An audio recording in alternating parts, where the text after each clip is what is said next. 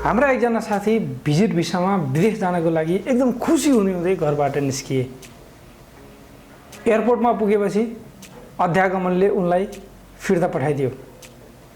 अब तपाईँ आफै सोच्नुहोस्, एकजना व्यक्ति त विदेश जाने भनेर ठुला सपना बोकेर हिँडेको हुन्छ, खुसी हुन्छ, म विदेशमा गएर फोन गर्छु भन्छ, घरबाट छुट्टी गरेर टिकासिका लगाएर आएको हुन्छ। त्यो मान्छे अध्यागमनमा गएर फरक्क फर्किनु पर्दाखेरि मानसिक रूपमा त्यसलाई कस्तो हुन्छ होला? त्यो चाहे जेसुकै काम गर्नको लागि विदेश जानको लागि रेडी भएको होस्, ऊ दिक्क मान्छ, दिक्क पर्छ।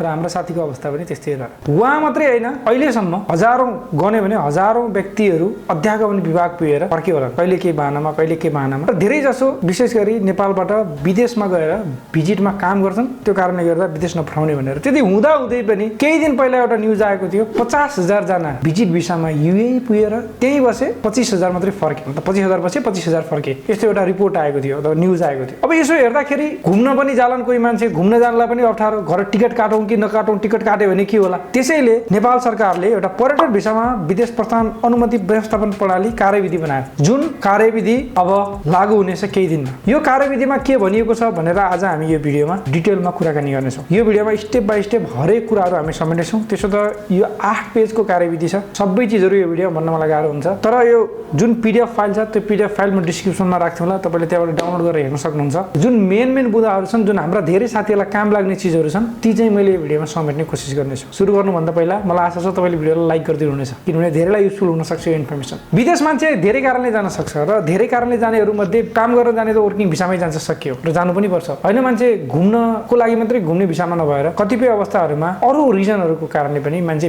भिजिट भिसा लिएर विदेश जान सक्छ। अब हामी यो कार्यविधिमा लेखिएका कुराहरूमा हेर्दै जान्छौँ। सबभन्दा पहिला त यो कार्यविधि गृह मन्त्रालयबाट स्वीकृत भएको 60 दिन पश्चात लागू हुनेछ। गृह मन्त्रालयले हिजोको दिनमा, मैले आज जुन रेकर्ड गरेको छु, भोलि यो पब्लिस हुन्छ। मतलब ठ्याक्क मैले डेट बिर्स्याउ कुन दिनमा डेट रेकर्ड गरेँ भनेर, तपाईँ यसै हिसाब गर्नुहोस्। भिडियो पब्लिस भएको डेटको 3 दिन पहिला यो कार्यविधिलाई पारित गरेको छ। मतलब यसको मतलब अब हुनेछ कि 60 दिनमा यो लागू हुनेछ। यो कार्यविधि लागू भएपछि नेपालको पहिलो चरणमा खाडी मुलुकहरू, खाडी मुलुकहरू र मलेसिया, अफ्रिकी मुलुकहरू तथा दक्षिण अमेरिकी मुलुकमा पर्यटकीय भिसामा जाने नेपालीहरूको लागि लागू हुनेछ। त्यसपछि यहाँनिर केलाई के भनिएको हो भनेर डिटेलमा भनिएको छ, मैले यहाँनिर अलिकति लागिनँ। अब को मान्छेहरू पर्यटन भिसामा विदेश जान सक्नेछन् त? सरकारी कामको सिलसिलामा विदेश भ्रमण गर्ने सरकारी वा नेपाल सरकारको पूर्ण वा आंशिक स्वामित्व रहेको अर्ध सरकारी निकायका प्रतिनिधिहरू जान सक्नेछन्। जनप्रतिनिधि, राष्ट्रिय मान्यता प्राप्त राजनीतिक दलका केन्द्रीय पदाधिकारी तथा राष्ट्र सेवक कर्मचारी र तिनका परिवारका सदस्य जान सक्नेछन्। सूचना सङ्कलन तथा व्यवसाय प्रवर्धन गर्न विदेश भ्रमण जाने पत्रकार तथा सञ्चार गृहका सञ्चालकहरू जान सक्नेछन्। विशिष्ट योगदान पुर्याई राष्ट्रिय तथा अन्तर्राष्ट्रिय रूपमा ख्याति प्राप्त गरेका व्यक्ति, ज्येष्ठ नागरिक, राष्ट्रिय नागरिक समाजका अभियन्ता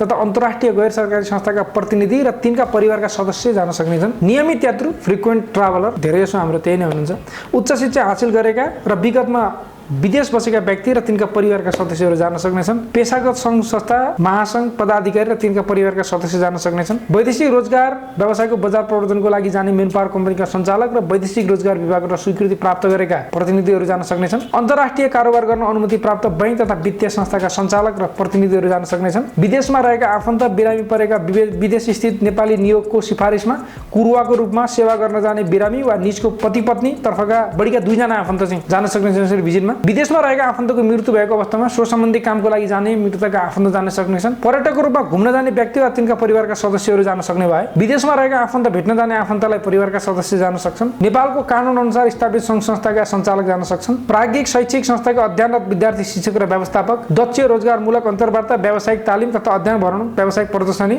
एक्जिबिसन, खेलकुद, फिल्म, गीत सुटिङ, कला संस्कृतिका कार्यक्रममा जाने व्यक्तिहरू जान सक्छन्। यसको मतलब सायद हिसाब किताब गरेर टोटल्ली सबैजना यसमा पर्छन् होला। तपाईँ हामी पनि विदेश भन्दा बढी अरू केही कारणले त विदेश जाने भन्ने हुँदैन होला। यहाँनिर कहीँनिर विदेशमा गएर काम गर्ने बुकेका व्यक्ति जान्छन् भनेर भनिएको छैन र त्यो जान पनि पाइँदैन।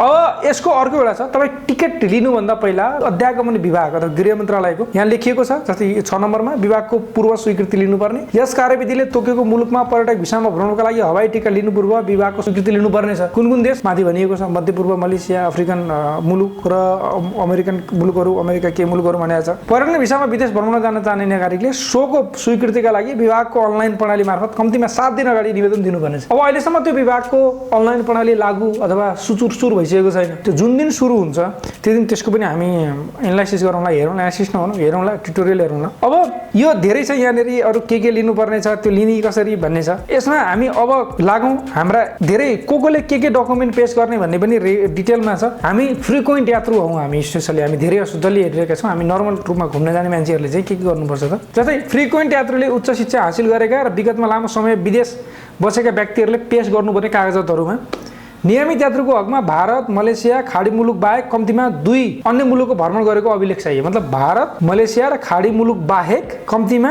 2 अन्य मुलुक, हैन, भन्नुसक्छ थाइल्यान्ड, बङ्गलादेश पनि पर्यो हैन यसमा। त्यहाँ गएको 2टा देश भएको भए यस खण्डको प्रयोजनका लागि ट्राभल भिसालाई स्वदेश भ्रमण गरेको मानिने छैन। ट्रान्जिट भिसा छ भने त्यहाँ मानिने भएन। उच्च शिक्षा हासिल गरेको हकमा प्राविधिक विषय भए कम्तीमा डिप्लोमा तह र अन्य विषयको हकमा स्नातक तह उत्तीर्ण गरेको प्रमाणपत्र चाहियो। यहाँ चाहिँ तपाईले ब्याचलर कम्प्लिट गरेको हुनु पर्यो। विगतमा विदेश बसेका व्यक्तिको हकमा भारत, मलेसिया, खाडी मुलुक बाहेक अन्य मुलुकमा कम्तीमा 2 वर्ष बसेको देखिने अभिलेख पनि चाहियो। दुईतर्फी टिकट र गन्तव्य मुलुकको होटलको वेबसाइट खुल्ने गरी होटल बुकिङको प्रमाण वा गन्तव्य मुलुकमा भएको आफन्तको सम्पर्क नम्बर सहितको विवरण। यो सबै डिटेल भयो भने नर्मल मान्छे जस्तै सिधा भाषामा हेर्नुपर्दा तपाईँ भारत, मध्यपूर्व र मलेसिया भन्दा बाहेकका 2टा देशमा घुमेको अथवा अनि तपाईँ स्नातक तह उत्तीर्ण गरेको, ब्याचलर कम्प्लिट गरेको, तपाईँको होटल बुकिङ टिकट र त्यहाँको आफन्त कोही कसैको चिने जानेको आफ्नोको नम्बर चाहियो। त्यसैगरी अब हामी अरू छन्, अरू तपाईँहरूले जुन म पर्नुहुन्छ हेर्नु होला।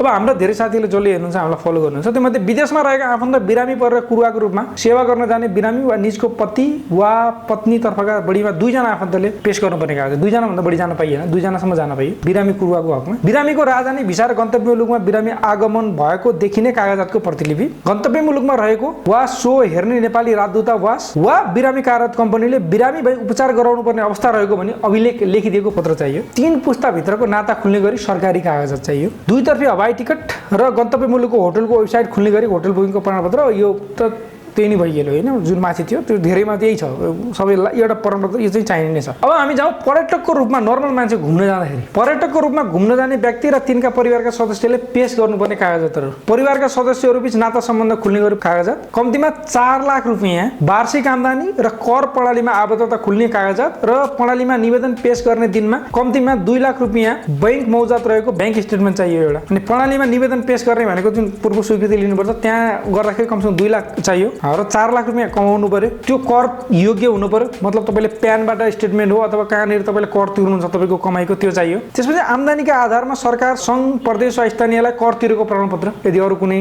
हाम्रो जब छ भने प्यानमा तिर्ने भयो। दुईतर्फी हवाई टिकट र गन्तव्य मुलुकको होटलको वेबसाइट खुल्ने गरेको होटलको प्रमाणपत्र। यो नर्मल मान्छेहरूको लागि जुन पर्यटकको रूपमा विदेश घुम्न जान चाहन्छन् उनीहरू र उनीहरूका सदस्यले। अब कोही व्यक्तिहरू विदेशमा, अब यहाँनिर नोट पनि लेखिया छ, यस बुँदाको प्रयोजनका लागि वार्षिक आम्दानी, कर तिरेको प्रमाणपत्र र बैंक मौजा परिवारका सदस्य मध्ये कुनै एक वा एक भन्दा बढीको भए पनि हुनेछ। साथै परिवारका सदस्य सञ्चालक रहेको संस्था कम्पनीको आम्दानी, कर प्रणालीमा आबद्धता र बैंक मौजातलाई समेत लिन सकिनेछ। कुनै आबद्धता चाहिँ मेरो कुनै कम्पनीमा लगानी छ भने त्यो कम्पनीको पनि यसमा मान्यता हुन्छ भन्न खोजे हो यसलाई पक्कै पनि। त्यो उनीहरूले फेरि यसलाई अलग्गै अर्थ लगाउला, मलाई याद लेखे अनुसार मैले त्यही बुझ्छु, तपाईँले के बुझ्नुहुन्छ कमेन्ट लेख्नुलाई अलग बुझ्नुहुन्छ नि। अब 12 नम्बरमा हेर्छौँ हामी विदेशमा रहेका आफन्त भेट्न जाने परिवारका सदस्यले पेश गर्नुपर्ने कागजातहरू। जस्तै श्रीमती हुनुलाई घुमाउन ल्याउनु पर्यो, छोराछोरीलाई घुमाउन ल्याउनु पर्यो भने यो चाहिँ काम लाग्छ यहाँनिर। परिवारका सदस्य बीच नाता सम्बन्ध खुल्ने गरी सरकारी कागजात, परिवारका सदस्य बीच नाता सम्बन्ध खुल्ने कागज सरकारी कागजात भइ नै हाल्यो। त्यसपछि गन्तव्य मुलुकमा रहेको आफन्तको राहदानी र भिसा, आवास अनुमति पत्रको छायाप्रति, विदेशमा रहेको आफन्तले प्रयोग गरेको स्पोन्सरसिपको पत्र, आफन्त कार्यरत रहेको कम्पनी वा निकाले निज कार्यरत रहिरहेको कम्पनीको ब्यौरा, कम्तीमा 15 दिनभित्रको पत्र पनि चाहियो। र त्यही अहिले भने जस्तो दुईतर्फी हवाई टिकट, तपाईँको होटल बुकिङ लगायतका चिजहरू चाहिँ यहाँ चाहिँ कम्पनीको स्पोन्सरसिप र 15 दिन पहिला एउटा लेटर चाहियो कि 15 दिन पहिलाको एउटा लेटर, यो मान्छे फलानु मेरो कम्पनीमा काम गर्दैछ भन्ने स्पोन्सरको एउटा लेटर अथवा कम्पनीको लेटर पनि चाहियो।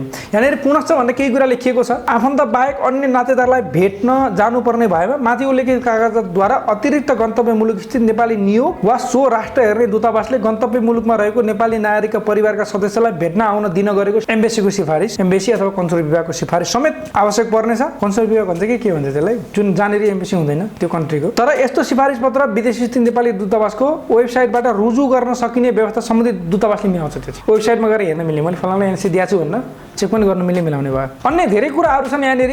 अब अन्तिममा केही कुराहरू गर्न गर्न चाहन्छु म। अध्यागमन कार्यालयले यस कार्यविधि बमोजिम प्रस्थान अनुमति दिने वा नदिने निर्णय गर्दा सामान्य प्रकृतिको पर्यटन भिसामा जाने व्यक्तिले पेश गरेको सामान्य प्रकृतिको कागजातमा समान प्रकृतिको निर्णय हुनुपर्नेछ। यो चाहिँ उनीहरूको लागि भयो। बाधा अड्काउ फुकाउने यस कार्यविधिमा लेखिएको कुनै कुरा कार्यान्वयन गर्न कुनै बाधा अड्काउ परेमा विभागको निर्देशनले बाधा अड्काउ फुकाउ आदेश दिन सक्नेछ। आदेश वा निर्देशन दिन सक्ने यस कार्यविधिको अधीनमा रही विभागले अध्यागमन कार्यालयलाई आवश्यकता अनुसार आदेश वा निर्देशन दिन सक्नेछ। खारेजी तथा बचाउ भनेर लेखिएको छ। पर्यटन भिसाका सम्बन्धमा मन्त्रालय र विभागबाट यसअघि जारी भएका आदेशहरू सबै खारेज गरिएको छ भन्ने कुरा आयो। अब कुरा यिनै हुन्, सबै कुराहरू आइ नै हाले। तपाईँहरू केही कन्फ्युजन भयो भने यसलाई एकचोटि डाउनलोड गरेर हेर्न सक्नुहुन्छ। यसको लागि हामीलाई सोध्नुपर्ने, हामीलाई फोन गर्नुपर्ने, हाम्रो अफिसमा आएर भेट्नुपर्ने भन्ने केही हुँदैन। कतिपय साथीहरू के गर्नेलाई कसो गर्ने आइडिया लिन खोज्नुहुन्छ। हामी जति सकिन्छ कमसेकम तपाईँले आफै नलेजहरू ग्यादर गर्न सक्नुहोस्, आफै नलेजहरू इकट्ठा गर्न सक्नुहोस् भन्ने हाम्रो उद्देश्य हो र आज पनि त्यही गर्यौँ। हाम्रो अफिसमा अथवा हामीसँग तपाईँले कुराकानी गर्नु पर्यो, हाम्रा जुन नम्बरहरू तपाईँले भेट्नुहुन्छ त्यसमा चाहिँ सर्भिसहरूको बारेमा मात्रै आइडिया हुन्छ, यी चिजहरूको बारेमा आइडिया हुँदैन। त्यसैले यी चिजहरू जुन टुरिस्ट भिजा अथवा अन्य इम्प्लोइमेन्ट भिसासँग रिलेटेड कुराहरू चाहिँ नगर्नुहोला। सिभी कभरेटहरू चाहियो भने चाहिँ तपाईँले कन्ट्याक्ट गर्न सक्नुहुन्छ। इन्टरनेसनल लेभलको साथै श्रम गर्नु पर्यो, लाइफ इन्सुरेन्स गर्नु पर्यो, इन्टरनेसनल ड्राइभिङ पर्मिट चाहियो भनेदेखि चाहिँ तपाईँले कन्ट्याक्ट गर्न सक्नुहुन्छ। आजको लागि हेरिदिनु भएको थ्याङ्क यू सो मच। जहाँ जस्तो हुन्छ सेफ रहनु होला, आफ्नो ख्याल राख्नु होला। मलाई आजको भिडियोले सहयोग पुग्यो होला धेरै साथीलाई। नमस्कार।